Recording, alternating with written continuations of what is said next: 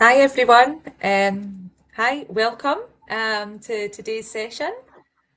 I think we're just getting everybody in. So anyway, yeah, I hope you have all had a good day. I'm sure you will be feeling really exhausted after a busy day, and I know it's quite late on, but we will try and keep this as light as possible. I just want to reassure you before we start, we're not trying to add lots to your workload and give you lots to do here. Today's session is really about just making you feel a little bit clearer and steadier about additional support for learning within the ELC setting. So yeah, I'll do a quick introduction here. So my name is Amy Duncan and I am the Early Years Officer here at Enquire. I've been with Enquire just for a really short time, just since August 2025. And before that, I was an early years practitioner within a local authority setting. And earlier in my career, I worked in a private setting as well. So yeah, I'm coming at this not just from sitting at my laptop, I have lived nursery experience. I completely understand the pressures you're feeling, the staffing challenges and that increasing complexity of needs that, you're seeing right now. I just want to introduce my colleagues. So I have Beth with me today as well, helping in the background. And we have Ellen joining us for part of the presentation. So I'll let you do your reintroduction, Ellen. Thanks so much, Amy. So yeah, hi everyone. Thanks for coming along today. My name's Ellen. And my background, I come from a kind of education background as well. I worked for 4 years as a primary school teacher. And then since 2024, I've started working here at Enquire. I started as an information and advice officer and working on our helpline, offering people, information and advice and help with those kind of day-to-day situations. And now I'm an outreach officer. So yeah, my job is to speak to lots of different people and help everyone kind of understand a bit more about additional support for learning in school and in nurseries and children's rights, and just to try and make sure all the children are getting the support that they need. So yeah. Perfect. I'm just going to move us on. I can't move my, there we go. So yeah, I just thought it'd be quite helpful to give a quick overview of what we're going to be doing today. So the first kind of part of the session between 4 and 5 o'clock, this part will be recorded, and this is kind of main information part of the session. Throughout, we'll try and share some kind of practical tips for putting additional support for learning into practice. We'll chat about key rights that children have to support within the ELC and how Enquire can help parents and, yourselves within your day-to-day role. We'll also kind of highlight some key web pages that might be useful to you. After that, we'll have a short break and you'll be able to pop some questions in the chat for the next part then. There'll also be a wee feedback form QR code on the screen at that point that you'll be able to fill out, which is really helpful for us for informing future sessions. But yeah, we'll maybe have a kind of 5-minute break, grab a cup of coffee, and then we'll move on for the question and answer session, which that part of the session will not be recorded. So yeah, by the end of the session, we just kind of hope that you're feeling kind of clearer about the laws around additional support for learning and, feeling more confident putting support into daily practice. So I'll hand over to Ellen now and we can kind of get started. Yeah, great. Thanks so much, Amy. Am I on the screen there? Oh, there we go. Thank you. Yeah, thanks so much, Amy. So just to start and talk a little bit about us as Enquire. So we are the Scottish Advice Service for Additional Support for Learning. We're funded by the Scottish Government and we've existed for over 20 years. Our role is to provide information and advice about additional support for learning to lots of different people. So professionals like yourselves, also parents and carers, and children and young people themselves. And our vision, as it says there, is that all children in Scotland are supported, included, and listened to throughout their education. Now, we at Enquire are part of a wider organisation called Children in Scotland, which is a membership organisation which really brings together a really wide network of people that work with children and work for children and their families Children in Scotland acts as a kind of national voice for all of these groups and organisations on issues that matter to us and the people we're working with. And Children in Scotland has a really wide training offer as well. They offer training on things like child protection, gathering children's views, participation with children, trauma-informed practice, things like that. A lot of local authorities are actually members of Children in Scotland. So if you work at a local authority nursery, I know Glasgow, Inverclyde, North and South Lanarkshire, Argyll and Bute, and some others, they're all members. So you'll be able to access that training for free. And also quite a few private nurseries are also members themselves. So have a look and see if your nursery or your local authority is a member. And if not, if you maybe do work for a private nursery, you can have a look at your nursery taking out membership. That's something that a lot of nurseries have done and found kind of beneficial. So yeah, just to give you that information there. Now, next, we're going to do some questions over on Menti to just get a bit of an idea of where everyone works, where everyone's coming from, the different settings, and to kind of start us off. So if people could, there's going to be a code just appear in a second.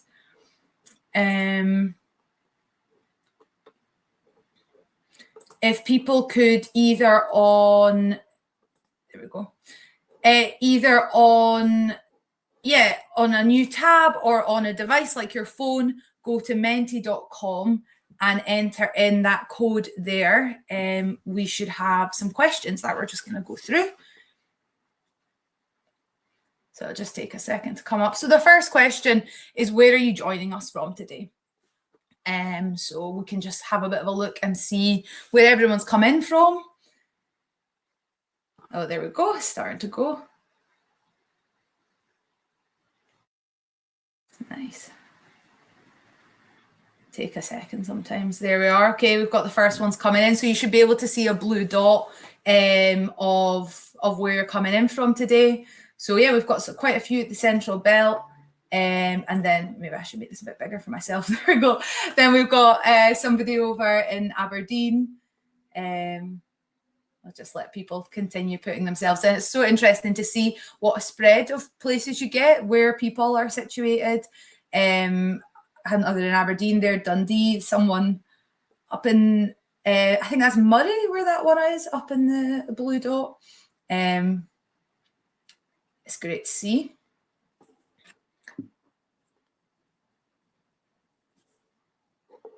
I'll let people continue, there's quite a few.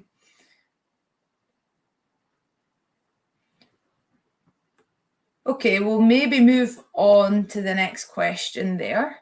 Next question is, what is your role? So yeah, are you a practitioner on the floor? Are you a manager? Yeah, what I guess what is your role? I think we'll get quite a lot of early years practitioners, but yeah, it'll be really interesting to see the mix. A room leader there, deputy manager, nursery manager, childminder. That's really interesting to see, and I'll talk a little bit about things that the childminders are covered with under the law. Student, acting principal teacher there. Yeah, it's really interesting. Learning development advisor, I think that is. Early years supervisor. So we can see it's actually a really big spread of different people that are all involved in in early years in childcare. It's great. Support for learning, specifically. Yep, that's really interesting. A nursery teacher I can see there as well. Team leader. Great. Okay, we'll maybe move along to the next question. So this is about what kind of setting you work in. So we've got a local authority nursery, a private nursery, or maybe a partnership nursery, childminder, playgroup, or other. So we can have a look again at the kind of spread of different settings that people work in. So we've got quite a mix again. Yeah, quite a lot of private nurseries, and then the second would be the local authority nursery, a couple of childminders, and a couple of others. That's really great. Okay, and the last question I think we've got today is a bit of a starting point. So you can click onto, there's a kind of scale in terms of how you feel at the moment. And again, this will come in anonymized. It's not going to come up. You can see it'll just come in as an average of where everyone's at. But how do you feel in terms of how confident do you feel at the moment in your understanding of additional support for learning in ELC? And how do you feel in terms of where do you know where to go for more information, advice, and support around additional support for learning in ELC? So we'll kind of see where people are at the moment. Kind of middle is looking like, and people maybe feel a bit more confident in knowing about support for learning in general rather than where to go if you have specific questions. But these are both things we're obviously going to cover in today's session. And help everyone feel confident in. But you can see it's quite a spread as well in terms of how confident people are feeling. So yeah, it's really interesting to see how everyone's feeling. Okay. I think we'll head back to our presentation. Perfect. Here we go. Let me just take this away. Perfect. So the next part I wanted to, again, I kind of told you already who Enquire are, but in terms of what we do and the ways that we can help you. So at Enquire, we have a website, which is enquire.org.uk, which has lots of information about additional support for learning in schools and also in nurseries. So we have a section for parents, which can be quite helpful. If parents have specific questions, you can send them over to our website, or you can also print those pages off and give them to parents. And we also have a section for professionals. And I would really suggest checking out, we've got a new early years hub, which is a specific section which is made for professionals working in ELC, and is all the information about support for learning in those settings. So I'd really recommend people checking that out. And like I said, you can print the pages off. You can just check them when you have questions, and just use it in the way that works for you, really. We also have a website, reach.scot, which is for young people themselves talking about additional support for learning, kind of in language that they can understand. And then as well as our websites, we have a helpline. So you can either call that helpline on the number there. We also have a web chat function if you prefer to use that, and a web form, which is basically like an email you can send to us. And that's really if you have any specific questions about additional support for learning that you want an answer to. We have helpline staff whose jobs it is to kind of find that answer and help you with that answer. So yeah, it might be a specific question you have, or a specific question parents have asked you that you want to find the answer to. It might be a specific case of a child that you want to talk through like their support, or maybe any issues to them getting that support. And again, if a parent asks you a question, you can also let them know about this helpline. It's open for anyone. So parents and carers, call us and email us and use that helpline as well. And yeah, like I said, you can phone us or use the online options. We also have a social media presence. And if you scan that QR code there, it will take you through to our link tree that has all the social media stuff on it. But yeah, we're active on Facebook and Instagram, and we also have a bi-monthly newsletter you can sign up to for free that has kind of key updates around additional support for learning, and also important web pages for that time of year. So, you know, in the next few months, we'll probably be sharing quite a lot of stuff about transitions, because that's kind of relevant for that time of year. So yeah, this is all the ways that you can kind of, beyond this training today, get in touch with us and how we can support you kind of moving forward beyond just, this one-off training, which I hope will be really helpful, but we have further support that you can continue to use after that. So now I guess to really get stuck into the main part of the session, where we're talking a little bit about additional support for learning, what it means, what support we can put in place, and things like that. So to begin with, it's really important to talk about, okay, what do we mean when we talk about additional support needs? What actually is that? Now, the law says that a child has additional support needs where, for whatever reason, they cannot benefit from school or nursery education without extra help.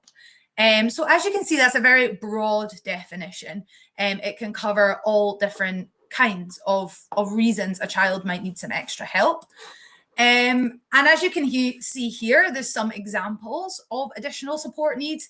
Now, these are just examples. There's many more additional support needs that are not on this list, but as you can see, it includes things like autism and ADHD, but also maybe behavioral difficulties, bullying, social and emotional needs, maybe home life factors, having a parent in the armed forces, being care experienced, bereavement, moving school or nursery frequently, bullying, illness, all of these different things. And as you can see, it's not just disabilities. It's really anything that's having some kind of impact on the child's learning or well-being, which means they need some extra help. It's also quite common for children to have overlapping needs. So for example, maybe a child that speaks English as an additional language might need support with the communication, but they might also be feeling frustrated or maybe having poor well-being because they're speaking in their language and no one can understand them. They can't understand the things the staff are saying to them. So they might also need some support with their well-being because of that and their emotions. So it's about kind of thinking about the whole child, what their needs look like day to day and what things might help them. Now, it's also really important to remember that a child does not need a diagnosis to be considered to have additional support needs. So assessments and diagnoses can be very helpful for understanding a bit more about a child's needs, but they are not required for a child to be entitled to support. So that means even if a child is on a waiting list, they are entitled to the support they need now. They don't have to wait to be seen by someone. You can put that support in now. And again, even sometimes you find a child's maybe having a bit of a difficult time, but people don't really know why yet. There may be, again, maybe behavioral factors or emotional factors, and they just seem to be struggling a bit and nobody really knows why yet. That's fine. But again, we need to put support in place now and we can find out why kind of a bit later on. So that's just an important thing to remember, is that diagnosis is not needed. Support can be put into place straight away. It's also important to talk a little bit about complex additional support needs. Now, what we mean by that is children that need quite significant support because of maybe complex factors or multiple factors. So an example of a child with maybe complex healthcare needs might have lots of different health professionals involved in their care, but it can also be multiple factors. So another example of that would maybe be care experienced children. So they would need quite a lot of support, maybe from social work, from foster carers, and maybe also support at nursery around their well-being if there's been lots of change going on. And when we think about children with complex additional support needs, most of it is just similar to what we do with children with any kind of additional support need. But some extra things we might need to think about is with children with complex additional support needs, quite often there's lots of different professionals involved. So it's just spending some time to think about, okay, do we have a way for all of these different professionals involved to come together and for everyone to understand what all these different groups and different people are doing, and to talk about the child together and all the different angles we see. Sometimes these children need a special kind of plan called a coordinated support plan, which again is just about all these different people working together for the child. It's also important to think about with children with complex additional support needs, quite often parents may have quite heavy caring responsibilities. So just taking some time to think about how are the parents getting on? Do they need some extra support, maybe from a carer centre or from other local groups that can help parents? And the final thing is if they need quite significant support or maybe support that's a bit different from what you've provided in the setting in the past, you might want to speak to the local authority to just get some further advice, some further input on what that support might look like and how it can be provided. Now, the reason I suggest in that example there of a child that needs significant support speaking to the local authority is because of the law of an act called the Additional Support for Learning Act. And that says that local authorities are the ones who are legally responsible for providing most children's support. So any child receiving their funded hours, no matter what setting they're in, has a legal right to adequate and efficient support at school, no matter what setting that they're in. So that means, for example, if you're a private nursery and you provide funded hours in partnership with the local authority, let me just move this on. You would be the one, the Glasgow City Council, in Glasgow, for example, so you're a private nursery in Glasgow, you provide funded hours. Glasgow City Council are the ones legally who have that responsibility to provide adequate and efficient support. Now, you as the nursery would still be the one providing that support on the ground, but it means if you have questions, if there's issues around the support, putting that support into place, if there's big issues around staffing, you can get in touch with Glasgow City Council's additional support for learning team to get that support there. Or similarly, if you're a childminder, let's say in Aberdeen, and you have a child getting their funded hours, Aberdeen City Council are the ones who have that final responsibility to provide adequate and efficient support. So again, if there's some kind of barrier to providing that support, or you need more help to provide that support, the local authorities ASN team are the ones you can get in touch with and the ones that can help. Now, you can see we've highlighted there that term adequate and efficient support, and you'll see it's a very, very broad term. But the reason that it's so broad is because every single child is going to be very different. Even two children with the same diagnosis, two autistic children, for example, are going to be very different. And so it's really important to focus in on that individual child. What are the things that they, as an individual, find difficult about being in the setting? What are the things that they need help with in order to succeed? And to try and figure that out, what things they find difficult, what support might help them. We can observe the child themselves, and we can work quite closely with the child's families to hear their ideas. And again, we can speak to the local authorities' additional support for learning team to try and figure out, okay, what is this child finding difficult and what kind of support might help them. As well as making sure the support is being provided, the local authority also has a kind of duty to make sure they have a process for identifying or assessing children's additional support needs, to make sure support is being planned in some way, either verbally or written, and to make sure that support is kept under review, that there's meetings to come together and have a think about, okay, what's going well? Does anything need to change? Now, you might have noticed there that I've talked about children receiving their funded ELC hours, but what about the children that are not receiving those hours? So the ASL Act that I just spoke about, that only covers children receiving their funded hours. So that will be most 3-year-olds and some 2-year-olds. But if the children are under 2, they are not covered by that act, but they are covered by a different piece of law called the Equality Act. And that covers disabled children in particular. Now, again, the definition of disability is very broad, doesn't need a diagnosis, just anything that's having a big effect on that child's ability to carry out day-to-day activities. And that law says that it's illegal to discriminate against disabled children. So, for example, if you have a 2-year-old at the setting, they need some extra support, and you say, well, because of staffing, you can only come to nursery for a half day, but all the non-disabled children are being offered a full day. That could be disability discrimination. So that could be against the law. And it also says that nurseries must make reasonable adjustments for disabled pupils. So that means changes to the way things are normally done, changes to the way policies and things like that. But also means that nurseries and childminders, any ELC setting, has a duty to provide additional support or assistance to a disabled pupil. So again, that can be very broad. That might mean changing the layout of a nursery so a child can move freely through. It might mean having a special car seat that they need to use the van. It can mean anything, just depending on what that child actually needs.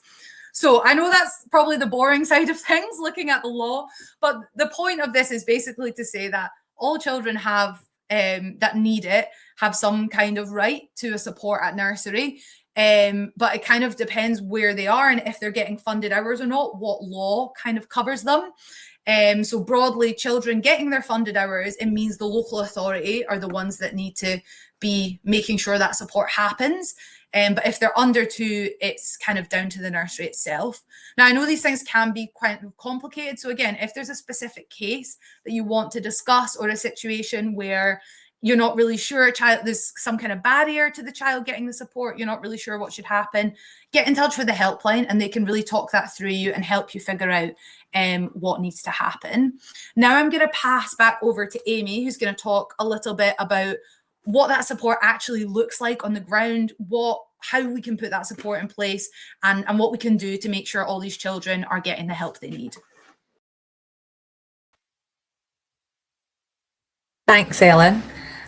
So yeah, when we're talking about what the support can actually look like within an ELC setting, as Ellen mentioned, the law doesn't actually say exactly what that support could look like. It just says that it should be adequate and efficient and based on the child's individual needs. So what we've done here is, we've just put some examples on screen of what support could look like within your setting. For example, we've got maybe changes to routine, using some visuals. So maybe like using a now and next board with a child, or kind of step-by-step routine cards for particular kind of activities through the day. We've also mentioned here support from a pupil support assistant. And when I mention that, what I mean by that is maybe one-to-one support from an adult at a key kind of particular part of the day. So it doesn't have to be, and I don't mean it's going to be one-to-one with their adult all day, every day. What's really common is to actually provide support with an adult during particular parts of the day that a child may find challenging. So for example, maybe having an adult sitting with them at the lunch table, maybe they find that particularly difficult. Maybe they've got some reasons that they, could maybe be choking on their food and just require a little bit extra support just for that period of the day. And then after lunch, once they've safely finished and moved on, they can go back to their free flow play, and then the adult can support them again at a later point during the day, not necessarily all the time. When we're thinking about this support, it's really important that early year settings and families work together to find what works best for the child. These discussions with parents are really helpful, because then that means in the setting you can kind of replicate what parents are doing at home. They might already know something that works really well for their child. So it's great to build up that kind of two-way conversation, just so that you can really be consistent in routines in nursery as well as what's happening at home. It's also really important at this point that we think about listening to the views of the child as well. I know that a lot of the children that you're supporting might be really young, they might not have the vocabulary there to kind of communicate verbally how they're feeling. But it's really important, as children can communicate through their play, through artwork maybe, or even just the behaviours they're displaying as we're trying certain support strategies and things like that. It's just really important to kind of tune in to their needs to kind of get their voice heard as well. We also need to remember that, as a child kind of grows and learns and becomes more comfortable in the setting, their needs are going to change. So therefore that support should change too. It's really important that we're reviewing the strategies regularly, reviewing any support plans, just to make sure that they're still matching up with the needs of that child. Again, it's just a wee reminder that actually, the children, if they've got a support need, they do not need a diagnosis to be entitled to that support, regardless of whether they have a diagnosis or not. If there's a need for a wee bit extra help there, they are still entitled to that. So I just want to kind of think about, why your role actually matters within early year settings. I want to highlight how important what it is that you're doing actually is. So when we're thinking about the start of a child's kind of journey to education, you're often the very first professionals that are maybe going to notice if a child's struggling, or maybe if they're kind of developing at a different rate from their peers. At this point, many children who are starting their funded hours, this could actually be the first time that they're leaving their parents. Maybe they've been at home right from the start, never been in any form of childcare, so they might not be used to leaving their parents, that busy kind of noisy environment. And many have never really been around kind of groups of other children or other children their own age. So, this can be a huge change for the child, but it's also a really big change for the parents as well. They could be leaving their child for the first time, or even if it's not the first time they're leaving them, if this is a new setting to them, they might not feel like they particularly know you yet. So it's about getting to know them. And that's where one of the most important things is that you do is you're building that trust. You need to build the trust with the parents so that they feel comfortable leaving their child in your care. They need to know that their child's safe with you. And you need to build that trust with the child so that they can feel more comfortable within the setting and they can really just be themselves. When I'm speaking about trust here, I don't mean, anything coming from big grand gestures. It's actually the small everyday actions that you will do, without even thinking. It's you listening to what the parents have to say, listening to what the child wants to tell you. Just generally being, really welcoming and showing that you can see that child is an individual, generally including the parent in that child's learning. It's these conversations you have at handover at the start of the day and at the end of the day where you're really going to get that chance to build that trust and to get to know the family. And as that trust grows, you find yourself in a really unique position. You're going to see the children in a completely different context to what the parents do. You'll be able to see how they play and how they communicate with others and how they respond to that brand new environment. And the parents don't get to see that side of their child because, they're not always there. And that's where the observations that you do, the observations that you're noting down every day are such a key part of your role. You're not doing these because you're looking for problems. You're doing them to really get to know a child. You can see what activities they maybe enjoy in the nursery and what challenges them, maybe what they avoid. So yeah, these kind of small patterns are actually what will tell you the most. But these observations that you're doing, jotting down on a notepad as you go along are great, but they're only actually useful if you do something with them. You need to be sharing these, and I completely understand finding time with your staff team to sit down and have a meeting together is really difficult. With the increase in hours, I know how difficult it is to find that time. But it is so important that, we're documenting what we're seeing and sharing this with our colleagues to build that bigger picture. In a big, busy nursery setting, you can't see a child all day, every day, whereas everybody is seeing little snippets.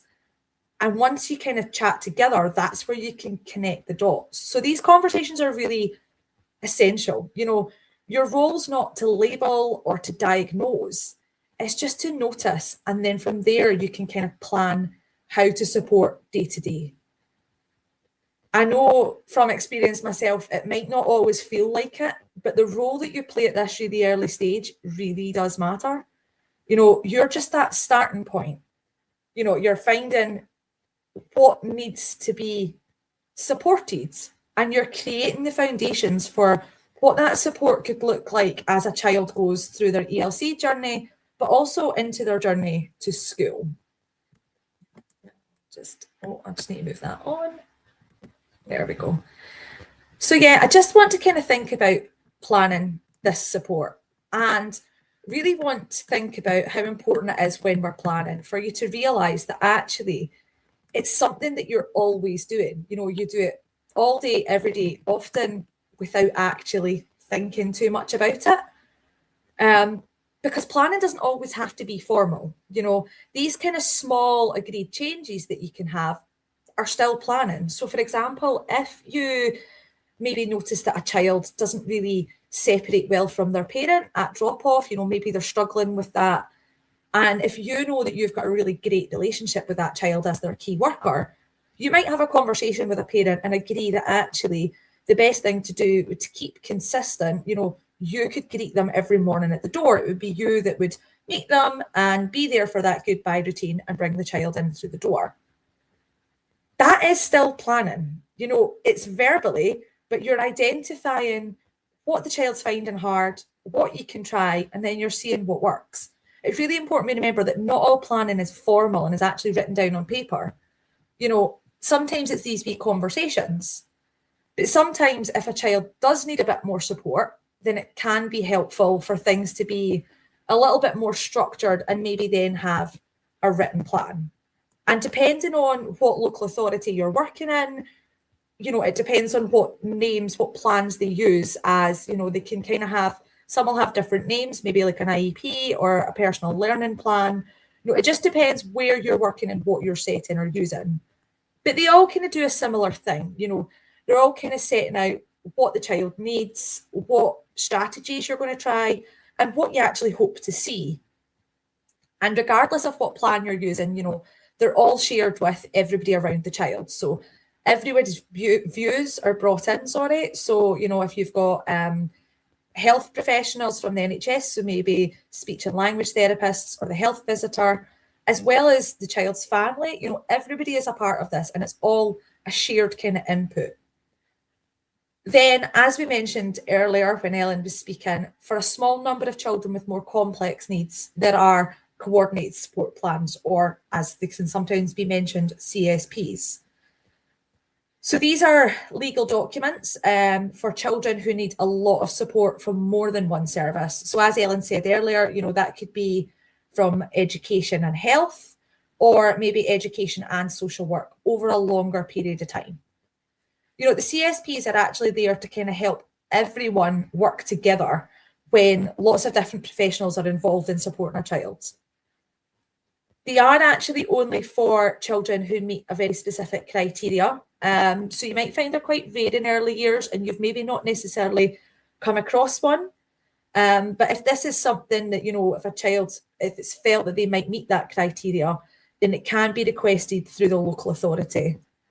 There's actually a full page on our Enquire website. I'm hoping maybe that Beth could pop a link into the chat there just now we've got a whole page for CSPs with a bit more information that if that's relevant to a child within your setting, you might want to have a look at.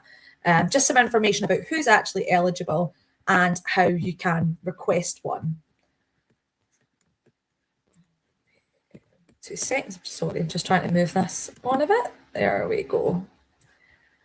So with so many children, with so many kind of different needs coming into the setting, it really makes sense to think about ensuring that the setting is really inclusive to all. It can be quite overwhelming when you're thinking about all these individual needs. But actually, if we change our environment to be as inclusive to everybody as we can, then maybe things will start to feel a little bit easier. And it's really important to remember here that actually small changes can make a really big difference. I know it's really easy to focus on the things you can't do. I've been there myself. I'm really guilty of it. For example, maybe you have a building that you just, you can't change the layout of your building. Maybe it's a big kind of open plan space, noise is bouncing off the walls, and you don't necessarily have small rooms off to the side. And if you've got a child who you feel would really, benefit from having maybe a quiet room or a sensory room, it can be really easy to focus in on the fact that, well, I can't change the layout of my building. I can't just build a wall to create that. But inclusion doesn't always require really big changes. Instead, it can be really helpful to think about like small practical adjustments that you could maybe make. So for example, you could think about your outdoor area. If you've got like a shelter, or you could build a den outside, or even inside, you could use something like these dark dens that you can get, or tents. Just something as simple as popping some lights in, some different textured pillows, things like that. Just because then you don't have a dedicated room to be a sensory room doesn't mean you can't now create this sensory area, whether that be in the garden, in a den, or inside using something like a tent. Other adjustments that you could maybe make to the environment, just keeping routines as clear as possible. So these step-by-step routine cards I mentioned earlier, for example, even just having them dotted around the room at different areas, maybe if the children serve themselves lunch or snack, have little step-by-step cards showing the pictures. It can be quite a lot of information for a child to take in, trying to learn these routines, but if they're displayed with pictures in the areas, children can refer back to them as and when they need it. It's also quite important to think about, moving around your nursery space. Is there space for you to clearly get to area? Is there paths between areas? And if you think about this from a child's perspective of maybe using a walking frame or a wheelchair, sometimes it's really practical things like that space and layout and where those resources are actually positioned that we need to consider. You might think about putting resources quite low to the ground, because if you've got some really small, maybe 2 or 3 year olds, you think, well, they're accessible to everybody. But actually, if you have a child within your setting who is up sitting in a wheelchair, they might find that quite difficult to reach low to the ground. So it's really about thinking about having these resources positioned where they're accessible to everybody, maybe at eye level. Just think about the children that you have in your setting at that point. These small changes can then allow, the children to feel more confident because they can independently access the resources and move through the room freely, which makes them feel a bit more included. And then they don't necessarily always need to be relying on an adult for support.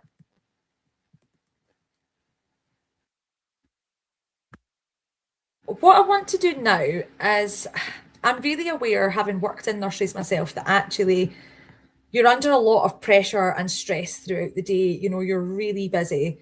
And I'm aware that actually us talking about strategies and supports and what the law says, it can sometimes feel like that workload is increasing. And, I don't want to be adding to your stress. So what I'd really like to do is kind of paint a wee picture in your head to show why these really small adjustments can actually be so effective. So I just want you to think about this. I want you to imagine that you are a child arriving in nursery. So you're 3 years old, you're walking into nursery and you're greeted at the door by a member of staff. And that member of staff tells you that today for lunch, it's mince and potatoes. And I just want you to picture in your head what that mince and potatoes would look like. Think about if you were serving that up at home. Would you have boiled potatoes? Would you have mashed potatoes? Would they be lumpy? Think about exactly what that plate's going to look like and put that image into your head. You then, you've hung up your jacket, you've said good morning, and you say goodbye to your parent and enter the room. And you're really excited because you want to go and play with your friends in your favourite area of the nursery. So let's say that's the brick corner. And you go over and you and your friends are really engaged, you're working together and really taking your time with what it is that you're building. You're really adding detail to that model. But at that moment, you hear a member of staff saying, "Stop what you're doing, it's lunchtime now."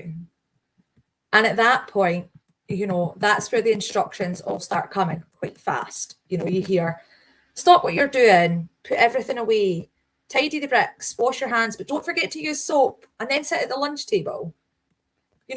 It's quite a lot of information to kind of take in. So you get through all that and you're sitting at the lunch table and lunch arrives. Now that lunch is nothing like you pictured in the morning. You were hoping for mashed potatoes, and they are, but they're lumpy. And to top it off, through the mince, somebody has put carrots through it. And you would never have that at home. At home, you would put the carrots to the side. I just want you to kind of think about at this point how you might be feeling. You've been rushed, lunch isn't as you expected. You might be feeling frustrated, confused, probably disappointed if it's anything like me.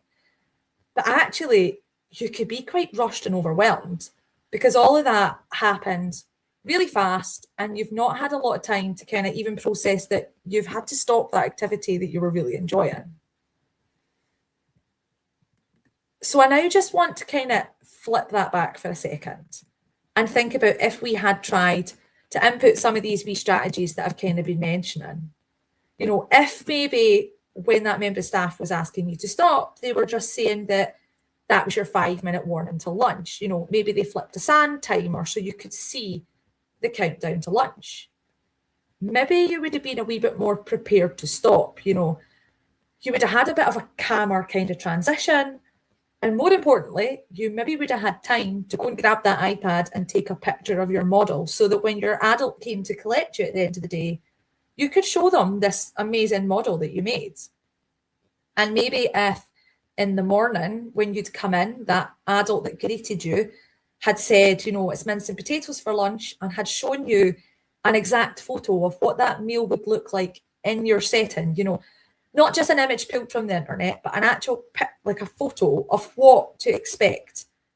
Maybe you would have then known what it was going to look like. You know, you could have prepared yourself, or you would have had a chance to explain that actually you're not keen on that meal and to find out if there was an alternative.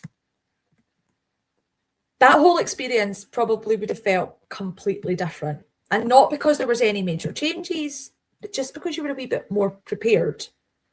And that's really the point of all of this that I'm trying to make. You know, it's not about adding loads more onto your days.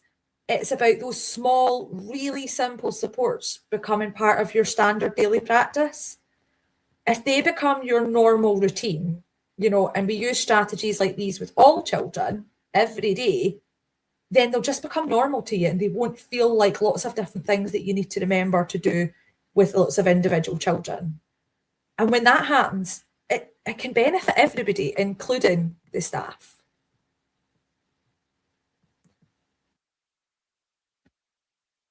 So sometimes children don't require additional support because of maybe learning differences, but more because of healthcare needs. So for example, you know, maybe they are tube fed, or maybe they have diabetes and can require maybe some support with their insulin, or maybe there's other medical procedures that they require throughout the day. I just want to remind staff here that, you know, you're not expected to work beyond your kind of competence and training here. You're not expected just to manage in this situation. Local authorities and the NHS board, you know, they must work together to support children with healthcare needs in all settings. So when a child needs medical procedures like throughout the day in nursery, the NHS boards must work with the settings to assess that risk, and they can actually provide appropriate training to staff. So this could involve maybe community nurses or specialist nurses coming into the session to actually directly train staff on how to use equipment or how to do medical procedures safely and confidently. It's also really important to remember, though, that although when we're planning for this kind of healthcare support, the parents, should really be included and they should know what's going on, the parents should never be expected to provide that support. That's not their role. The parents should never be asked to come in during the day in order to give medication or to provide that healthcare support. You know, this is why it's so important that the NHS board and local authorities work together to ensure that the staff are appropriately trained on using this medical equipment or on how to do medical procedures. Again, it's really important to remind ourselves that all children have an equal right to their ELC hours. So their hours must not be reduced or shortened because of these additional needs. So when we're thinking about all of this, a big part of your role and what you do is build up that kind of partnerships with parents. You know, as we said, you see them every day, you're building these relationships and getting to know the families. You know, you get a chance to speak to them all the time at kind of handovers, which is great. But that doesn't necessarily mean that this is the kind of area that you always feel confident about. A lot of the time, you know, you could be that first person to notice that maybe something isn't developing in the way that you'd expect, or that a child's struggling with a particular area. And that can feel like quite a big responsibility. You know, parents know their children best, but they might not have that day-to-day comparison to other children the same age as them. So, you know, you might actually be that first person to pick up on things. And sometimes that can be really early on. You know, if you've got babies in your setting, that can actually be within that first year. And it can be really daunting and feel like a big responsibility to actually address these concerns with parents. You know, I know they're not easy conversations to have. And a lot of staff kind of feel anxious about having these conversations. You know, people worry that they might say the wrong thing, or upset somebody. And sometimes people just want to avoid the conversations. But it's just really important to remember that actually avoiding the conversations really, it doesn't help the child get support. And it doesn't help that family either. You know, they're not seeing the child in the setting, so they don't necessarily know if the child is struggling. It's so important that you're having, you know, simple, honest conversations with parents and just stating the facts about what it is that you've noticed. You know, saying things like, I have noticed that, keeping to the facts. You know, you're not expected to have all the answers, and you're definitely not there to, you know, diagnose anything. You're just kind of opening the door to have a conversation. And from there, it can become about how to actually support the child. You know, you're not looking to change the child, you're just looking to make things that little bit easier for them. It's also important at this point to remember you're not on your own. You know, there will be other professionals involved when it comes to having planning meetings for the children, who will all have their input on what they see in the child as well. You know, there's other services, maybe health visitors, speech and language therapists, and the family will be there as well for their input on what they might think might work and what they see. There's actually some kind of information on our new Early Years Professionals Hub about working with parents and maybe hints and tips for preparing for these meetings. So you can find that on there if you get a chance to go on and have a look. Maybe you've got a meeting coming up that you're a wee bit worried about. It's worthwhile going on and having a look just at that information. It's also really important to think about what the next steps might be from that, you know, whether maybe a referral for further assessments would be helpful. And I suppose this will depend on what it is that you're actually noticing. But it's always worth having that conversation, maybe with your manager, or where needed, your local authority. You know, in some situations, children are supported really well day to day, but aren't always referred for further assessments as early as they could be. So if that feels appropriate, being proactive about this, it can really make a difference, you know, making sure that the children and families get the support that they need sooner rather than later. And sometimes these conversations are really just a starting point. You know, they are starting that journey, but they're a really important part to actually have these conversations. I just quickly want to kind of highlight transition points that you're going to be dealing with children, particularly at this time of year. You know, children starting from home to nursery for the first time, or children taking that jump from nursery into school.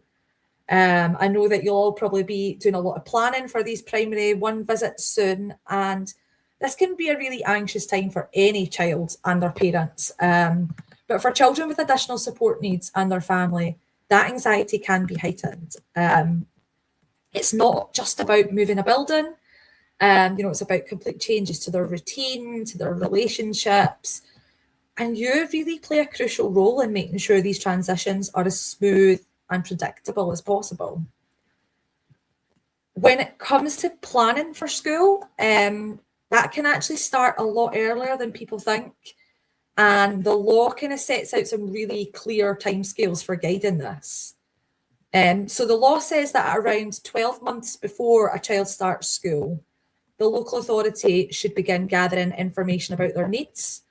And this really comes from you in the ELC, but also from other professionals that are involved with the children, you know, educational psychologists or health visitors, you know, all these people that are around the child. And then the law says that around 6 months before they start school, that information needs to be shared with the school and the staff that will support them. In reality, we know that it's not always that straightforward. School places might not be allocated that early, and you might not know what school exactly that child will be going to, especially if their parents have made a place-in request. And by that I mean, so for most children with additional support needs, they can attend their local mainstream school with support in place, but some do go to different schools. And parents actually have the right to make what's called a place-in request. And this means that they're applying for a school that's not their catchment school. So maybe another mainstream school or a specialist provision. And in this situation, your role's not to direct that decision. It's just to share what you know about the child and what works for the child that you're aware of and what their needs are. Again, we've got some really helpful information on the Enquire website on the processes and steps to request this. If this is something that parents ask you about, you can signpost them to the parents' pages about a placing request. Whatever the situation is, though, it's important that you don't kind of wait. You still need to plan and gather what you know, and just keep in mind that actually you need to be a little bit flexible until you know what school the child is going to. So for a lot of children, you would make a plan with the mainstream school, even if you're not 100% sure that that's where they'll end up going. It's really important to make that plan anyway, because then if they do end up going to that school, the school's ready, and has already arranged that support that they'll need. Some children will also benefit from, enhanced transitions. So for example, maybe doing little informal trips into the school. Maybe if you've got something to take back to the gym hall, take that child with you, get them used to the surroundings.